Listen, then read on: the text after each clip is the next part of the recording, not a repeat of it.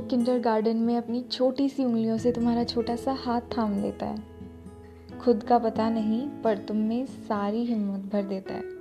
वो सिर्फ पनिशमेंट में साथ देने के लिए अपनी यूनिफॉर्म तक बिगाड़ लेता है। वो स्कूल के आखिरी दिन चाहे कितना भी दुखी क्यों ना हो पर तुम में हंसा देता है। तो लगता नहीं मुझे इससे ज़्यादा मुझे कुछ कहने की या इंट्रोडक्शन देने की ज़रूरत है, क्योंकि ऐसा तो सिर्फ दोस्त हो सकता है।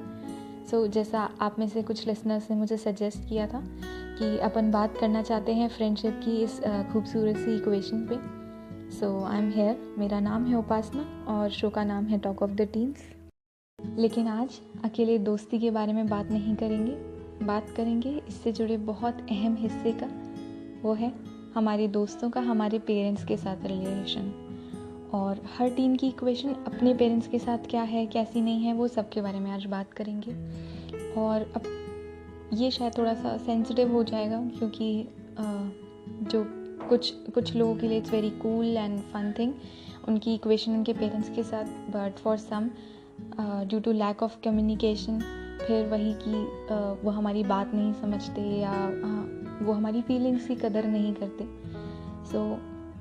मतलब जितना मैंने सीखा है अभी तक उतना तो मुझे तो यही समझ आया है कि पेरेंट्स ना बहुत प्यार करते हैं। मतलब इन्फिनिटी जो वर्ड है शायद वो भी कम पड़ जाए, और वो हमेशा चाहते हैं कि हम अपना बेस्ट दे सकें।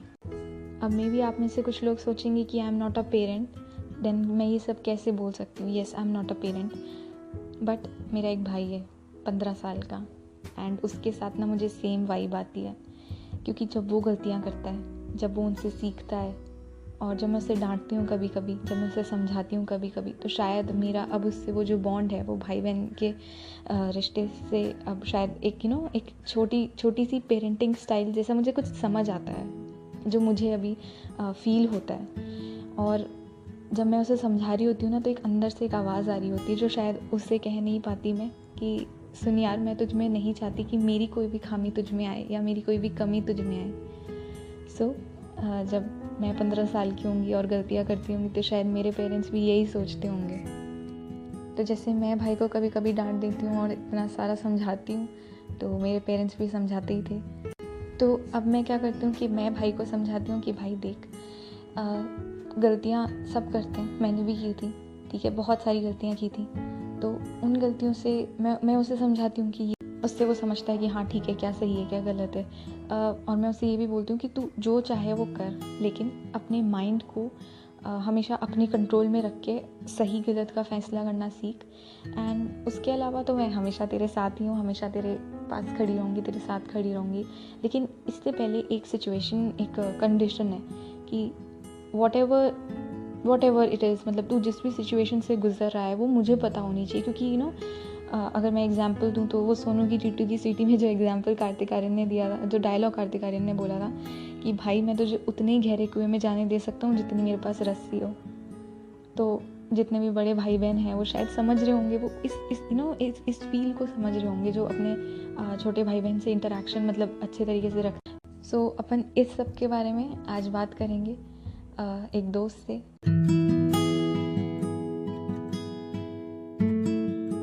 कुछ दोस्तों से ऑलमोस्ट रोज़ बात होती है, पर कुछ दोस्त ऐसे भी होते हैं जिन्हें बस याद करने की देर होती है। अभिषेक, शो पे आके कैसा लग रहा है? मेरे को बहुत प्यारा लग रहा है एक्चुअली। सबसे पहले तो मैं तुझे मिल पाया ये, और दूसरा मैं अपने व्यूज शेयर कर पाऊंगा अपने एक्सपीरियंस के हिसाब से। Thank you so much Abhishek show पे आने के लिए।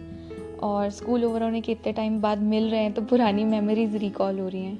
और मैं अपने लिसनर्स को ये बात बता दूं कि अभिषेक हमारे स्कूल का हेड बॉय था, तो आप समझ सकते हैं कि उसका माइंड एंड उसकी कोऑर्डिनेशन स्किल्स बहुत अच्छी हैं।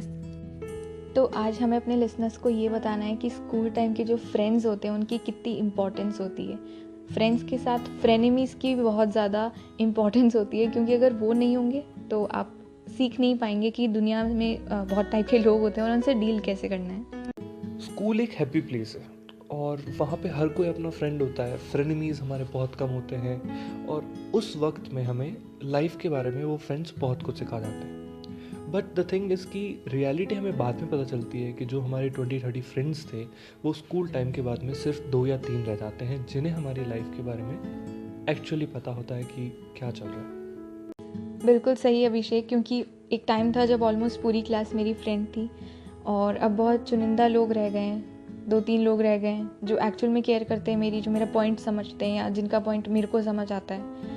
सो ठीक है, वो इवेंचुअली लोग कम हो जाते हैं, आप ज़्यादा मैच्योर हो जाते हो, आपको समझ आता है कि कौन इंसान किस चीज़ के लिए कहाँ क्या बोल रहा है, तो ठीक है। लेकिन तुम बताओ, तुम्हारे पेरेंट्स कितने लोगों को या तुम्हारे कितने फ्रेंड्स को जानते हैं एक्चुअल में, और तुम्हारे हिसाब से पेरेंट्स का इक्वेशन अपने फ्रेंड्स के साथ कैसा होना चाहिए? आई थिंक फ्रेंड्स का इंटरेक्शन फैमिली के साथ बहुत इम्पोर्टेंट है, क्योंकि फैमिली हमारे वेलविशर है, वो हमारे बारे में सोचती है और उन्हें पता है they have spend their 35 to 40 years of life. उन्हें पता है कि कौन इंसान सही है हमारे लिए और कौन गलत है। मेरे केस में जो चुनिंदा दोस्त मेरे बचे हैं वो हर एक मेरे फैमिली वालों को जानते हैं, उनका इंटरेक्शन बहुत अच्छा है और कई बार ऐसा होता है कि वो मुझसे ज़्यादा उन पर ट्रस्ट करते हैं। हाँ अभिषेक, बिल्कुल सही।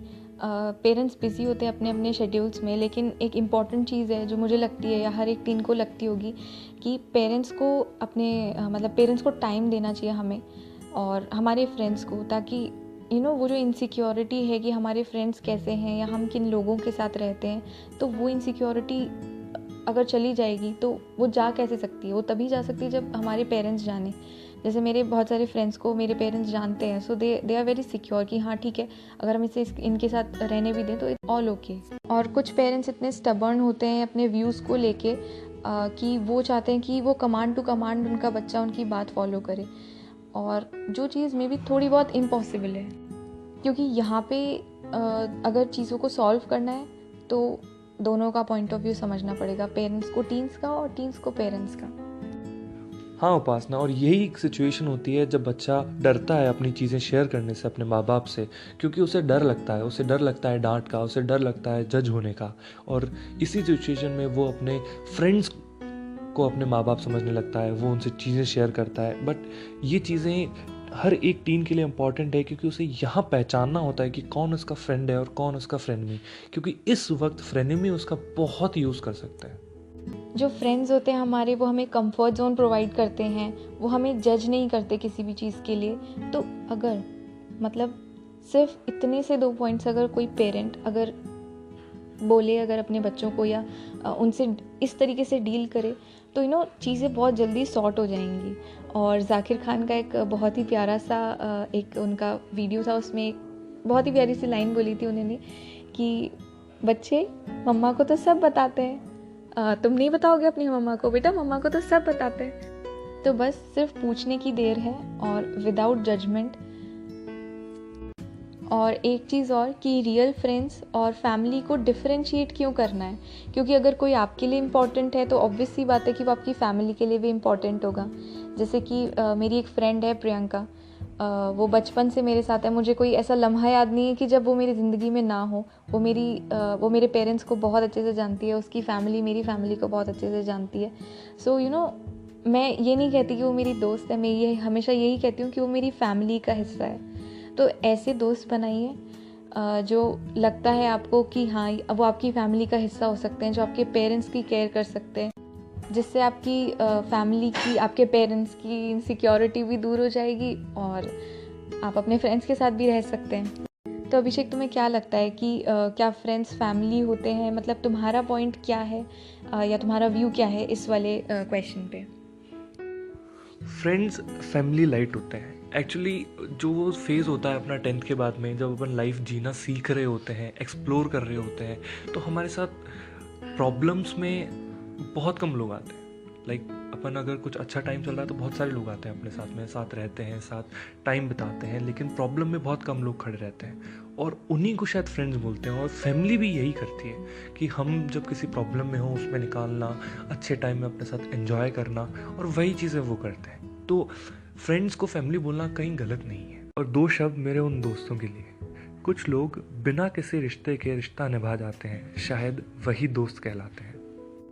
जैसा कि अभिषेक ने कहा कि फ्रेंड्स फैमिली लाइट होते हैं, तो डाउनलोड कर लीजिए फैमिली लाइट सोशल मीडिया की जगह पेरेंट्स से वेरीफाई करके। और अब हम टीन्स की दरख्वास्त है उन पेरेंट्स से जो मेरी बात सुन रहे हैं, जो हमारी बात सुन रहे हैं, कि अपना टाइम याद करें जब आप हमारी उम्र के थे।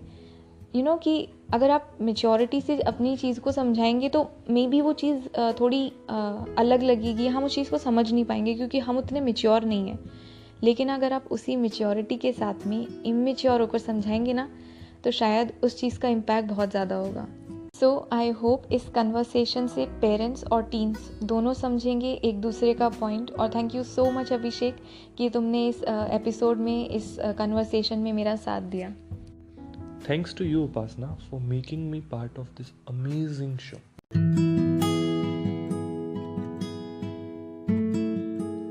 ये जो सीखने सिखाने का सिलसिला है ना, ये तब शुरू होता है जब हम पैदा होते हैं और हमारे साथ ही ख़त्म हो जाता है। हम हर रोज़ कुछ ना कुछ नया सीख रहे होते हैं, कॉन्शियसली या अनकॉन्शियसली। पर सीख और यादगार हो जाती है जब हमें पता हो कि गलती से गिर भी गए ना, तो फैमिली है जो गिरने से बचा लेगी। गिर गए तो उठा भी देगी, और चोट भी लग गई ना तो मरहम लगा देगी।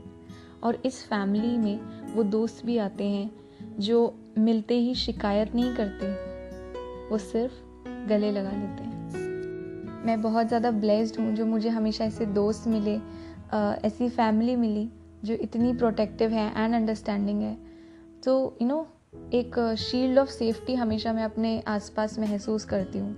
और मैं अब और भी ज़्यादा खुश हूँ क्योंकि आप उस फैमिली का हिस्सा बन रहे हैं। सो इन केस अगर आपको अपनी बात मुझ तक पहुँचानी है तो आप डिस्क्रिप्शन बॉक्स में जाकर मुझसे कांटेक्ट कर सकते हैं। सो डैडी ना मुझे हमेशा कहते हैं कि अगर कोई आपको अप्रोच कर रहा है ना, तो थोड़ा टाइम दो, समझने की कोशिश करो और ऑब्ज़र्व करो कि टफ़ टाइम में भी क्या वो तुम्हारे साथ है। और अगर है तो जस्ट बी हैप्पी, क्योंकि अब तुम्हारे पास एक ट्रू फ्रेंड है। किस्से कुछ उन लोगों के भी हैं जिन्हें फ्रेनेमीज़ कहते हैं, लेकिन मेरा ऐसा मानना है कि आप जितना पॉजिटिव रहोगे, जितना पॉजिटिविटी को अट्रैक्ट करोगे, उतना ही पॉजिटिविटी आपको सराउंड करेगी। सो रहने देते हैं वो। और हाँ, एक चीज़ और मैं आपको सजेस्ट करूँगी, ये कोई पेड प्रमोशन तो नहीं है, बट मैं रिकमेंड करूँगी आपको कि आप आर्टिस्ट विलन है, उनका एक सॉन्ग है चिड़िया, उसे सुने, उसका वीडियो ज़रूर देखें, क्योंकि उस वीडियो में ना एक मैसेज है और वो बहुत ही खूबसूरत सा मैसेज है कि जब तक आप सेफ है ना, तब तक ये दुनिया बहुत खूबसूरत है। So just be happy, family को टाइम दें, लोगों को लेकर थोड़ा पर्टिकुलर रहें, क्योंकि ये चीज़ ना मैं अभी तक सीख रही हूँ। सो कभी रिग्रेट मत कीजिए, लेकिन लर्न ज़रूर कीजिए। जो सीखा है उसे हमेशा अपने साथ रखें, अपने पास रखें और अपना बेहद ध्यान रखें।